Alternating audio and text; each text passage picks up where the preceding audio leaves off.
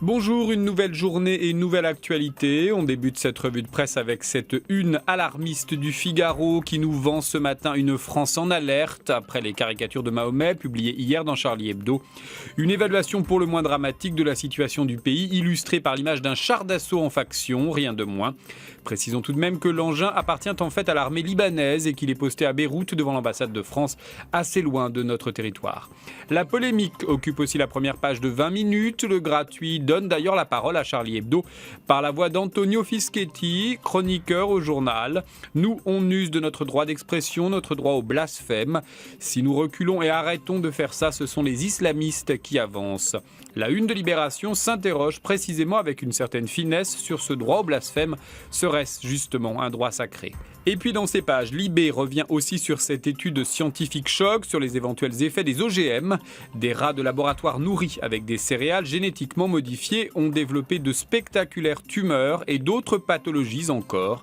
Pour Corinne Lepage, avocate, députée européenne et écologiste convaincue, on ne pourra plus dire que les OGM sont sans effet, du moins en ont-ils incontestablement sur les rats. Les questions n'en sont probablement qu'à leur début. Le Parisien s'interroge d'ailleurs à sa manière très terre-à-terre sur le problème. Comment le consommateur peut-il éviter que les OGM ne finissent dans son assiette ?